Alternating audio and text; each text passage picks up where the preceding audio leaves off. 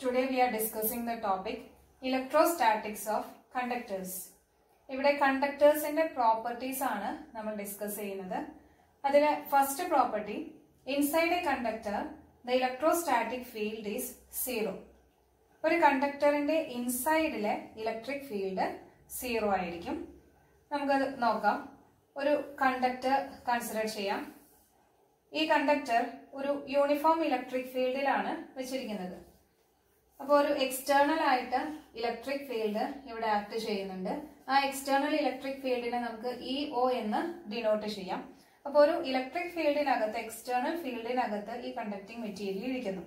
ഇവിടെ ഇലക്ട്രിക് ഫീൽഡിന്റെ ഡയറക്ഷൻ നോക്കിയാൽ ഇലക്ട്രിക് ഫീൽഡിന്റെ ഡയറക്ഷൻ എപ്പോഴും പോസിറ്റീവിൽ നിന്ന് സ്റ്റാർട്ട് ചെയ്ത് നെഗറ്റീവിലാണ് എൻഡ് ചെയ്യുന്നത്. അപ്പൊ ഇവിടെ ഡയറക്ഷൻ അങ്ങോട്ടായതുകൊണ്ട് ഇവിടെ ഒരു പോസിറ്റീവ് പൊളാരിറ്റിയും ഇവിടെ ഒരു നെഗറ്റീവ് പൊളാരിറ്റിയും ഉള്ളത് നമുക്ക് മനസ്സിലാക്കാം. അപ്പൊ ഇലക്ട്രിക് ഫീൽഡിന്റെ പോസിറ്റീവ് പോർഷൻ ഇവിടെയും പോസിറ്റീവ് ചാർജ് ഇവിടെയും നെഗറ്റീവ് ചാർജ് ഇവിടെയും ആയതുകൊണ്ടാണ് ഇലക്ട്രിക് ഫീൽഡ് ലൈൻസിന്റെ ഡയറക്ഷൻ നമ്മൾ ഇപ്രകാരം കാണിച്ചിരിക്കുന്നത്. അപ്പൊ അതുകൊണ്ട് ഈ സൈഡിൽ ഒരു പോസിറ്റീവ് പൊളാരിറ്റി ഉണ്ട്. ഇതൊരു കണ്ടക്ടിങ് മെറ്റീരിയൽ ആണ്. ഏതൊരു മെറ്റീരിയലും ഇലക്ട്രിക്കലി ന്യൂട്രൽ ആണ് നമുക്കറിയാം. അതിനകത്ത് ഈക്വൽ നമ്പർ പോസിറ്റീവ് ചാർജസും നെഗറ്റീവ് ചാർജസും ഉണ്ട്. ഇവിടെ ഒരു പോസിറ്റീവ് പൊളാരിറ്റി ഉള്ളതുകൊണ്ട് ഈ മെറ്റീരിയൽ കണ്ടക്ടറിനകത്തെ നെഗറ്റീവ് ചാർജസ് ഈ പോസിറ്റീവ് പൊളാരിറ്റി ഉള്ള സൈഡിലേക്ക് നീങ്ങുന്നു. അപ്പൊ നെഗറ്റീവ് ചാർജസ് ഈ ഒരു സൈഡിലേക്ക് മൂവ് ചെയ്യുന്നു. ഇവിടുത്തെ നെഗറ്റീവ് പൊളാരിറ്റി ഉള്ളതുകൊണ്ട് ഈ കണ്ടക്ടറിലെ പോസിറ്റീവ് ചാർജസ് ഈ സൈഡിലേക്കും മൂവ് ചെയ്യുന്നു. ഇങ്ങനെ പോസിറ്റീവ് ചാർജസും നെഗറ്റീവ് ചാർജസും ഡിസ്പ്ലേസ്ഡ് ആവുന്നതുകൊണ്ട് ഇവിടെ ഒരു ഇലക്ട്രിക് ഫീൽഡ് ഇവിടെ ക്രിയേറ്റ് ചെയ്യപ്പെടുന്നുണ്ട്. ആ ഇലക്ട്രിക് ഫീൽഡിന്റെ ഡയറക്ഷൻ നമുക്ക് മാർക്ക് ചെയ്യാം. ഇവിടെ പോസിറ്റീവ് ചാർജ് ഈ സൈഡിലും നെഗറ്റീവ് ചാർജസ് ഈ സൈഡിലും ആയതുകൊണ്ട് electric field is always from positive to negative ആണ്. അപ്പൊ പോസിറ്റീവിൽ നിന്ന് നെഗറ്റീവ് എന്ന് പറയുമ്പോൾ ഇലക്ട്രിക് ഫീൽഡിന്റെ ഡയറക്ഷൻ നമുക്ക് ഇപ്രകാരം മാർക്ക് ചെയ്യാം. അപ്പൊ ഇന്റേണൽ ആയിട്ട് ഇൻസൈഡിൽ ഒരു ഇലക്ട്രിക് ഫീൽഡ് ഉണ്ടാകുന്നു. ആ ഇലക്ട്രിക് ഫീൽഡിനെ നമുക്ക് ഇ എന്ന് ഡിനോട്ട് ചെയ്യാം. ഇവിടെ നമ്മൾ ഔട്ട്സൈഡിൽ ഒരു ഇലക്ട്രിക് ഫീൽഡ് അപ്ലൈ ചെയ്തിട്ടുണ്ട്, എക്സ്റ്റേണൽ ഫീൽഡ്. ആ എക്സ്റ്റേണൽ ഫീൽഡ് ഇപ്രകാരമാണ്. അതിന്റെ ഡയറക്ഷൻ ഇങ്ങോട്ടാണ് വരുന്നത്. അതാണ് ഇഒ. ഒരു സ്റ്റാറ്റിക് കണ്ടക്ടറിനകത്ത് സ്റ്റാറ്റിക് സ്റ്റേറ്റില് ഈ ഇലക്ട്രിക് ഫീൽഡ് ഇൻസൈഡിലെ ഉണ്ടാകുന്ന ഇലക്ട്രിക് ഫീൽഡ് ഇഐയും ഈ ഔട്ട്സൈഡിലെ ഇലക്ട്രിക് ഫീൽഡ് ഇഒയും ഈക്വൽ ആൻഡ് ഓപ്പോസിറ്റ് ആയിരിക്കും. രണ്ടിന്റെയും ഡയറക്ഷൻ നമുക്ക് നോക്കിയാൽ കാണാം. ഈ ഇലക്ട്രിക് ഫീൽഡ് ഇൻസൈഡ് ഈ ഡയറക്ഷനിലാണ്, നമ്മൾ അപ്ലൈ ചെയ്ത ഇലക്ട്രിക് ഫീൽഡ് ഓപ്പോസിറ്റ് ഡയറക്ഷനിലാണ് വരുന്നത്. അതുകൊണ്ട് ടോട്ടൽ ഫീൽഡ് വരുന്നത് E O plus E I that's equal to 0. ഇവിടെ രണ്ടും ഈക്വൽ ആണ്, ഓപ്പോസിറ്റ് ആയതുകൊണ്ട് ഇവിടെ ഒരു നെഗറ്റീവ് സൈൻ വരും. That is E O minus E I is equal to 0. അപ്പോൾ ഇലക്ട്രിക് ഫീൽഡിന്റെ ഈ കണ്ടക്ടറിന്റെ ഇൻസൈഡിൽ ഉള്ള ഇലക്ട്രോസ്റ്റാറ്റിക് ഫീൽഡ് എപ്പോഴും 0 ആയിരിക്കും. Inside A conductor the electrostatic field is 0. Now the second property, at the surface of a charged conductor electric field must be normal to the surface at every point. ഒരു കണ്ടക്ടറിന്റെ സർഫസില് electric field എപ്പോഴും സർഫസിന് normal ഡയറക്ഷനിലായിരിക്കും. ഇപ്പോൾ നമുക്കൊരു charged conductor consider ചെയ്യാം. ഇതിന് positive charges ആണെങ്കിൽ ഇതിൽ electric field lines എപ്പോഴും outside ആയിരിക്കും, ഔട്ട്വേർഡ് ഡയറക്ഷനിലായിരിക്കും. അപ്പൊ ഈ ഒരു പോയിന്റ് എടുത്താല് ഇവിടുത്തെ സർഫസിന് കറക്റ്റ് നോർമൽ അല്ലെങ്കിൽ പെർപെൻഡിക്കുലർ ഡയറക്ഷനിലായിരിക്കും ഇലക്ട്രിക് ഫീൽഡ് ആക്ട് ചെയ്യുന്നത്. അപ്പോൾ ഇലക്ട്രിക് ഫീൽഡിന്റെ ഡയറക്ഷൻ ഇപ്രകാരമായിരിക്കും. ഇലക്ട്രിക് ഫീൽഡ് സർഫസിന് എപ്പോഴും normal direction, that means at 90 ഡിഗ്രിയിലായിരിക്കും ഇലക്ട്രിക് ഫീൽഡ് ആക്ട് ചെയ്യുന്നത്. ഇനി ഏതൊരു പോയിന്റ് എടുത്താലും, ഇവിടെ ഒരു പോയിന്റ് എടുത്താലും ഇവിടെ ഇലക്ട്രിക് ഫീൽഡ് പെർപെൻഡിക്കുലർ ഡയറക്ഷൻ നോർമലിലായിരിക്കും, ഇവിടെ നോർമൽ ഡയറക്ഷനിൽ വരും. ഇനി നോർമൽ ഡയറക്ഷനിലല്ലാതെ മറ്റേതെങ്കിലും ഒരു ഡയറക്ഷനിൽ ഇലക്ട്രിക് ഫീൽഡ് വരികയാണെങ്കിൽ, ഇപ്പോൾ ഇലക്ട്രിക് ഫീൽഡ് ഞാൻ നോർമൽ ഡയറക്ഷനിൽ കറക്റ്റ് 90 ഡിഗ്രിയിലല്ലാതെ ഇങ്ങനെ ഒരു ഇലക്ട്രിക് ഫീൽഡ് ഇവിടെ കാണിച്ചാല് ഈ ഇലക്ട്രിക് ഫീൽഡിനെ നമുക്ക് രണ്ട് കമ്പോണന്റ്സ് ആയിട്ട് തിരിക്കാൻ പറ്റും. അതിൽ ഒരു കമ്പോണന്റ് വരുന്നത് ഈ സർഫസിന് പാരലൽ ആയിട്ടുള്ള ഒരു കമ്പോണന്റും മറ്റേത് അതിന് പെർപെൻഡിക്കുലർ ആയിട്ടുള്ള ഒരു കമ്പോണന്റും. അപ്പൊ ഇവിടെ ഈ ചാർജ് ഇരിക്കുന്ന, ഇവിടെയാണ് ഒരു ചാർജ് ഇരിക്കുന്നതെങ്കിൽ ആ ചാർജിന്റെ ആ ഹൊറിസോണ്ടലിന്റെ അതേ ഡയറക്ഷനിൽ ഒരു ഇലക്ട്രിക് ഫീൽഡ് വരുമ്പോൾ ഇവിടെ ഒരു ഫോഴ്സ് ആക്ട് ചെയ്യും. F is equal to Q E എന്നുള്ള ഒരു ഫോഴ്സ് ഈ സർഫസിന്റെ ഡയറക്ഷനിൽ വരുമ്പോൾ ഈ ഫോഴ്സ് ഉള്ളതുകൊണ്ട് ഈ ചാർജസ് മൂവ് ചെയ്യുന്നതിന് അത് കാരണമാവും. അങ്ങനെ ചാർജസ് മൂവ് ചെയ്യുന്നില്ല. ഒരു സ്റ്റാറ്റിക് സ്റ്റേറ്റിൽ ഇരിക്കുമ്പോൾ ഒരു സ്റ്റാറ്റിക് കണ്ടക്ടർ എടുക്കുന്ന സമയത്ത് ചാർജസ് അറ്റ് റെസ്റ്റിലാണ്. അപ്പോൾ നോർമൽ അല്ലാത്ത ഡയറക്ഷനിൽ ഇങ്ങനെ ഒരു ഇലക്ട്രിക് ഫീൽഡ് വരികയാണെങ്കിൽ അതിനൊരു ഹൊറിസോണ്ടൽ കമ്പോണന്റും വെർട്ടിക്കൽ കമ്പോണന്റും ഉണ്ടാകും. അതായത് സർഫസിന്റെ അതേ ഡയറക്ഷനിൽ ഒരു കമ്പോണന്റ് വരും. ആ ഡയറക്ഷനിൽ കമ്പോണന്റ് വരുമ്പോൾ അവിടെ ഒരു ഫോഴ്സ് ആ ചാർജിന്മേൽ ആക്ട് ചെയ്യുകയും ആ ചാർജ് മൂവ് ചെയ്യുന്നതിന് കാരണമാവുകയും ചെയ്യും. അപ്പൊ അതുകൊണ്ട് ഒരിക്കലും 90 ഡിഗ്രിയിലല്ലാതെ നോർമൽ ഡയറക്ഷനിലല്ലാതെ ഇലക്ട്രിക് ഫീൽഡിന് കമ്പോണന്റ് ഉണ്ടാവുകയില്ല. എപ്പോഴും ഇപ്രകാരം നോർമൽ ഡയറക്ഷനിലായിരിക്കും ഇലക്ട്രിക് ഫീൽഡ് ആക്ട് ചെയ്യുന്നത്. The third point is the interior of a conductor can have no excess charge in the static situation. Static situationൽ ഒരു കണ്ടക്ടറിന്റെ ഇന്റീരിയർ ഇൻസൈഡില് എക്സസ് ആയിട്ടുള്ള ചാർജ് ഒന്നും ഉണ്ടായിരിക്കില്ല. ഇപ്പൊ നമ്മളൊരു കണ്ടക്ടർ എടുത്തു. ആ കണ്ടക്ടർ ഇലക്ട്രിക്കലി ന്യൂട്രൽ ആണ്. ഒരു കണ്ടക്ടർ നമ്മൾ ഫീൽഡ് ഒന്നും അപ്ലൈ ചെയ്തില്ലെങ്കിൽ ഒരു കണ്ടക്ടർ ഇലക്ട്രിക്കലി ന്യൂട്രൽ ആണെന്ന് അറിയാം. അതിലെ പോസിറ്റീവ് ചാർജസും നെഗറ്റീവ് ചാർജസും ഈക്വൽ ആയതുകൊണ്ട് അത് ക്യാൻസൽ ചെയ്ത് ന്യൂട്രൽ ആയിരിക്കും. ഇങ്ങനെയുള്ള ഒരു കണ്ടക്ടറിനെ നമ്മൾ ചാർജ് ചെയ്താല്, ഇപ്പൊ പോസിറ്റീവ് ആയിട്ടാണ് ചാർജ് കൊടുത്തതെന്ന് വെക്കാം.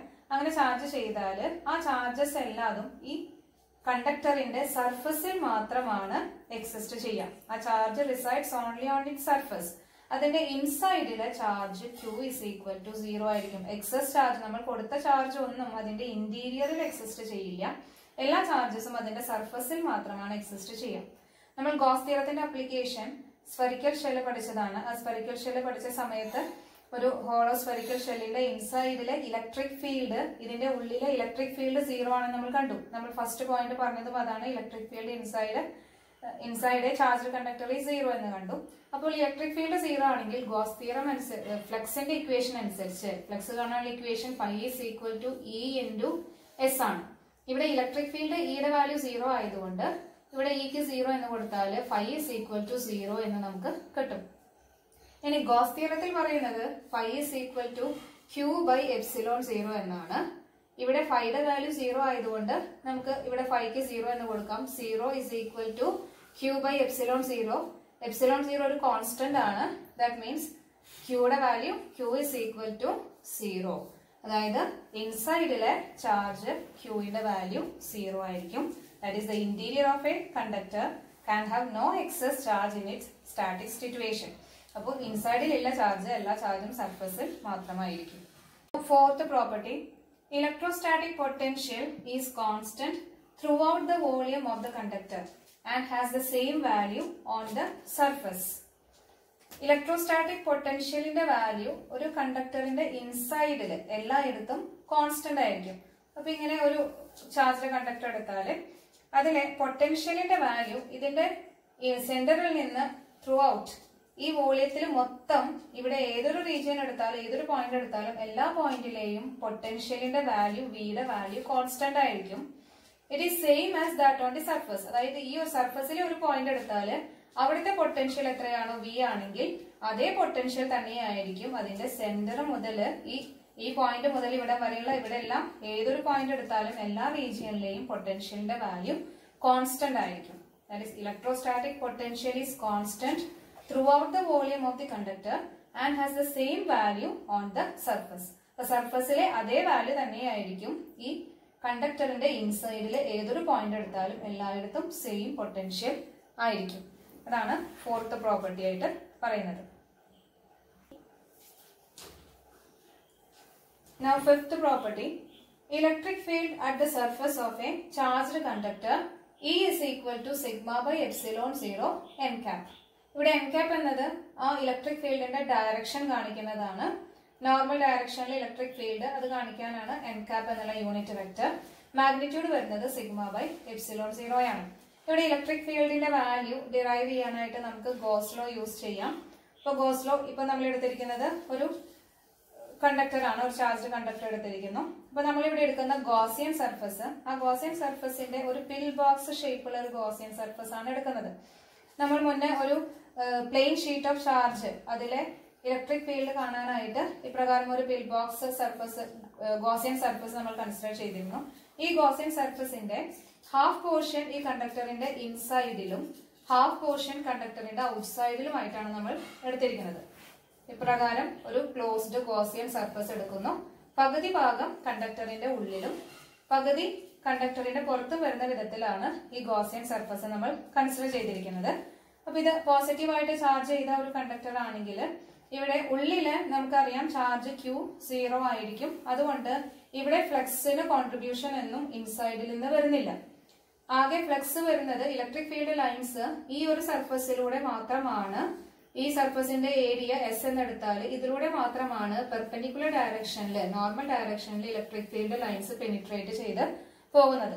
അപ്പൊ അതിനാൽ നമുക്ക് ഫ്ലക്സിന്റെ ഇക്വേഷൻ എഴുതുമ്പോൾ flux phi is equal to E into S എന്ന് എഴുതാം. എസ് എന്നത് ഈ ഒരു സർഫസിന്റെ മാത്രം ഏരിയ നമുക്ക് കൺസിഡർ ചെയ്യേണ്ട ആവശ്യമുള്ളൂ. അപ്പൊ flux phi is equal to E into S എന്ന് നമുക്ക് കിട്ടി. ഇനി ഗോസ് തിയറം അനുസരിച്ച് ഫ്ലക്സിന്റെ value phi is equal to Q by epsilon 0 ആണ്. ഇവിടെ ക്യൂ എന്നത് ചാർജ്, ഇവിടുത്തെ സർഫസ് ചാർജ് ഡെൻസിറ്റി സിഗ്മയാണെങ്കിൽ, ഈ സർഫസിലെ ചാർജ് ഡെൻസിറ്റി സിഗ്മയാണെങ്കിൽ നമുക്ക് ക്യൂവിന് പകരം ഇപ്രകാരം എഴുതാം. Q is equal to sigma into S എന്ന് നമുക്ക് എഴുതാം. അങ്ങനെയാണെങ്കിൽ ഫ്ലക്സിന്റെ വാല്യൂ വരുന്നത് phi is equal to sigma S by epsilon 0 എന്ന് വരും. അപ്പൊ ഇവിടെ ഫ്ലക്സിന്റെ equation phi is equal to E S എന്ന് നമ്മൾ ഓൾറെഡി എഴുതി.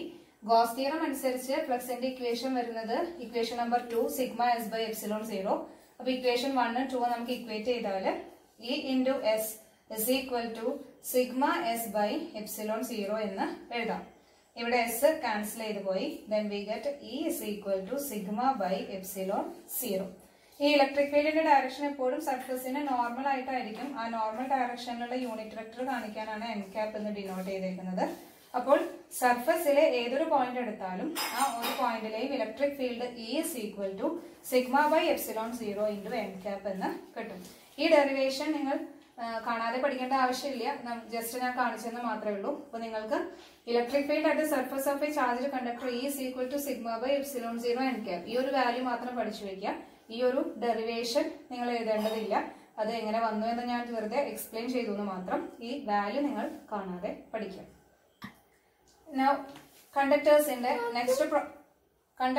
നെക്സ്റ്റ് പ്രോപ്പർട്ടി ആണ് electrostatic shielding. Electrostatic shielding means shield ചെയ്യാൻ ഉദ്ദേശിക്കുന്നത് തടഞ്ഞു നിർത്തുക, തടുത്തു നിർത്തുക എന്നാണ്. അതായത് ഇലക്ട്രിക് ഫീൽഡിനെ ഷീൽഡ് ചെയ്ത് നിർത്തുക. അതായത് ഒരു കണ്ടക്ടർ എടുത്താല് ചാർജ്ഡ് കണ്ടക്ടറിന്റെ ഇൻസൈഡിൽ ഒരു ക്യാവിറ്റി ഉണ്ടെന്ന് വിചാരിക്കാം. അപ്പൊ ഇവിടെ ഒരു ക്യാവിറ്റി ആണ്, ഒരു ഫ്രീ സ്പേസ്. ഇത് കണ്ടക്ടിങ് മെറ്റീരിയൽ ആണ്. ഈ കണ്ടക്ടിങ് മെറ്റീരിയലിന്റെ ഇൻസൈഡിൽ ഒരു ക്യാവിറ്റി ഉണ്ടെങ്കിൽ ഈ ക്യാവിറ്റിക്കകത്ത് electric field E is equal to 0 ആയിരിക്കാം. നമ്മൾ നേരത്തെ കണ്ടു ചാർജ് കണ്ടക്ടറിലെ ചാർജ് എപ്പോഴും സർഫസിൽ മാത്രമാണ് ചാർജ് എക്സിസ്റ്റ് ചെയ്യുക. ഇൻസൈഡിലെ ചാർജ് 0 ആണ്. അപ്പോൾ ഒരു ക്യാവിറ്റി ഉണ്ടെങ്കിൽ ഈ ക്യാവിറ്റിയുടെ ഷേപ്പിന് ഒരു ഇമ്പോർട്ടൻസ് ഇല്ല. ഏത് ഷേപ്പിലായാലും ആ കണ്ടക്ടറിന്റെ ഇൻസൈഡിൽ ഒരു ക്യാവിറ്റി ഉണ്ടെങ്കിൽ ആ ക്യാവിറ്റിക്കകത്ത് ഇലക്ട്രിക് ഫീൽഡിന്റെ വാല്യൂ 0 ആയിരിക്കും. അപ്പൊ പുറമേ നിന്ന് വരുന്ന ഫീൽഡിനെ ഉള്ളിലേക്ക് കടക്കാതെ തടുത്തു നിർത്തുന്നത് കൊണ്ടാണ് ഇതിനെ ഇലക്ട്രോസ്റ്റാറ്റിക് ഷീൽഡിംഗ് എന്ന് വിളിക്കുന്നത്. അപ്പോൾ ക്യാവിറ്റിക്കകത്ത് ഇലക്ട്രിക് ഫീൽഡ് ഉണ്ടായിരിക്കുകയില്ല. ഇലക്ട്രിക് ഫീൽഡ് വാനിഷ് ചെയ്യും. വാനിഷ് മീൻസ് അപ്രത്യക്ഷമാവാം. ഇലക്ട്രിക് ഫീൽഡ് അതിനകത്ത് ഇല്ല. അതിനെയാണ് ഇലക്ട്രോസ്റ്റാറ്റിക് ഷീൽഡിംഗ് എന്ന് വിളിക്കുന്നത്. ഇതിനെ ബേസ് ചെയ്ത് ഒരു ക്വസ്റ്റ്യൻ വരാറുണ്ട്. During lightening sitting inside A car is safer than standing outside. അതായത് ഇടിമിന്നലുള്ള സമയത്ത്, നമ്മൾ യാത്ര ചെയ്യുന്ന സമയത്ത്, ഇടിമിന്നലുള്ള സമയത്ത് കാറിന്റെ അകത്തിരിക്കുന്നതാണ് കാറിന് പുറത്തിറങ്ങി നിൽക്കുന്നതിനേക്കാളും കൂടുതൽ സേഫ് ആയിരിക്കുന്നത്. അപ്പൊ കൂടുതൽ സേഫ് ആവാൻ കാറിന്റെ ഉള്ളിൽ തന്നെ ഇരിക്കുക, പുറത്ത് ഒരിക്കലും ഇറങ്ങി നിൽക്കരുത്. അങ്ങനെ പറയുന്നത് കാർ എന്ന് പറയുമ്പോൾ നമുക്ക് അതിനെ ഒരു ചാർജ്ഡ് കണ്ടക്ടർ ആയിട്ട് ആക്ട് ചെയ്യാം. അതിന്റെ ഉള്ളിലുള്ള ഒരു ക്യാവിറ്റി, ആ ക്യാവിറ്റിക്ക് അകത്താണ് നമ്മൾ ഇരിക്കുന്നത് എന്ന് കൺസിഡർ ചെയ്യാം. അപ്പൊ ചാർജ് ഈ കാറിന്റെ സർഫസിൽ മാത്രമായിട്ട് ചാർജ് എക്സിസ്റ്റ് ചെയ്യും. ഉള്ളില് ചാർജ് ഒന്നും എക്സിസ്റ്റ് ചെയ്യുന്നില്ല. അതിന്റെ ഉള്ളിലെ ഇലക്ട്രിക് ഫീൽഡും 0 ആയിരിക്കും. അപ്പൊ അതുകൊണ്ട് ഇലക്ട്രിക് ഫീൽഡ് അകത്തേക്ക് കടക്കാത്തത് കൊണ്ട് നമ്മൾ കൂടുതൽ സേഫ് ആയിരിക്കും. ഉള്ളിലിരിക്കുന്നതായിരിക്കും കൂടുതൽ സേഫ്. അതിനെയാണ് ഇലക്ട്രോസ്റ്റാറ്റിക് ഷീൽഡിംഗ് എന്ന് പറയുന്നത്. അപ്പോൾ during lightening sitting inside A car is safer than standing outside. The reason എന്താണ് ചോദിച്ചിട്ടുണ്ടെങ്കിൽ we can say it is due to electrostatic shielding. Charge resides only on the surface. Inside the cavity of a conductor, the electric field will be 0. This is called as electrostatic shielding.